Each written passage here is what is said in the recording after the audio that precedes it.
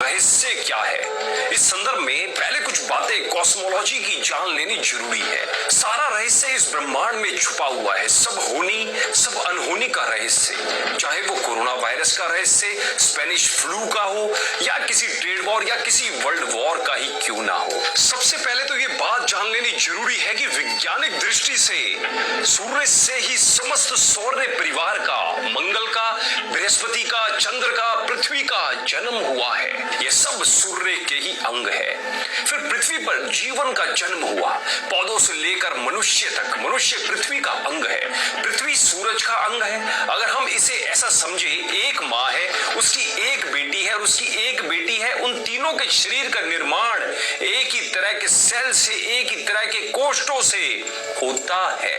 वैज्ञानिक एक शब्द का बहुत प्रयोग करते हैं, वह शब्द है एम्पैथी का, समानुभूति का। जो चीजें एक से ही पैदा होती है, सूर्य से पृथ्वी पैदा होती है, पृथ्वी से हम सबके शरीर निर्मित होते हैं। थोड़े ही दूर फासले पर सूरज हमारा महापिता है। सूर्य पर जो भी घटित होता है वह हमारे रोम रोम में स्पंदित होता है, क्योंकि हमारा रोम रोम भी सूर्य से ही निर्मित है। सूर्य इतना दूर दिखाई पड़ता है, इतना दूर नहीं है।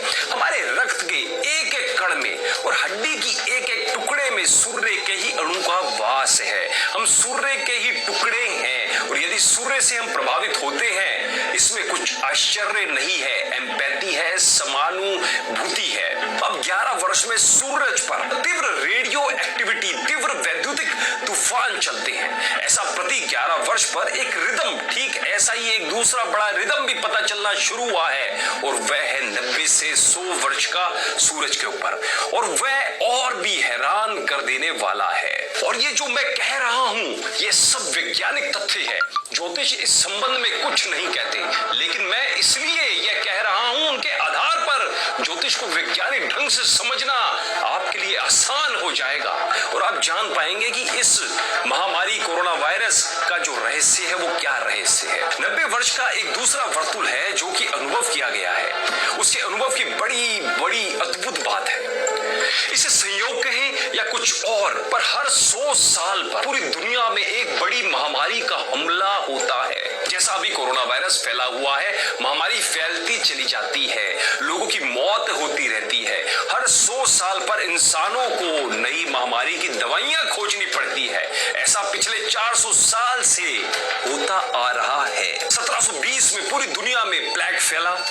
इसे ग्रेट प्लेग ऑफ मार्सिले कहा जाता था। मार्सिले फ्रांस का एक शहर है। मार्सिले में फैले प्लेग की वजह से 1 लाख लोगों की मृत्यु हुई थी। प्लेग फैलते ही कुछ महीनों में 50,000 लोग मारे गए, बाकी 50,000 लोग अगले 2 साल में मारे गए। 100 साल बाद 1820 में एशियाई देशों में कोलेरा ने महामारी का रूप लिया। इस महामारी ने जापान, फॉरेस्ट की खाड़ी के देश, भारत, बैंकॉक, मनीला, जावा, ओमान, चीन, मॉरिशियस, सीरिया आदि देशों को अपनी जकड़ में ले लिया। कोलेरा की वजह से सिर्फ जावा में 1 लाख लोगों की मृत्यु हुई थी। सबसे ज्यादा मौतें थाईलैंड, इंडोनेशिया और फिलीपींस में हुई थी। इसके ठीक 100 साल के बाद 1920 में स्पेनिश फ्लू फैला। वैसे ये फैला तो 1918 से ही था, लेकिन इसका सबसे ज्यादा असर 1920 में देखने को मिला था। कहा जाता है इस फ्लू की वजह से पूरी दुनिया में 1.70 करोड़ से 5 करोड़ के बीच लोग मारे गए थे। और 2020 में चीन से शुरुआत हुई कोरोना वायरस की। अब इस महामारी में दुनिया भर के 95 से ज्यादा देशों के लाखों लोगों को संक्रमित कर दिया है और इस कोरोना वायरस की वजह से अब तक लाखों लोग भी मारे गए हैं। कुछ वैज्ञानिकों ने यहां तक दावा किया है कि यह वायरस इस साल के अंत तक खत्म नहीं होगा और इससे जो अर्थव्यवस्था बर्बाद हुई है उसका तो कहना ही क्या। महामारी का 26 दिसंबर कनेक्शन क्या है?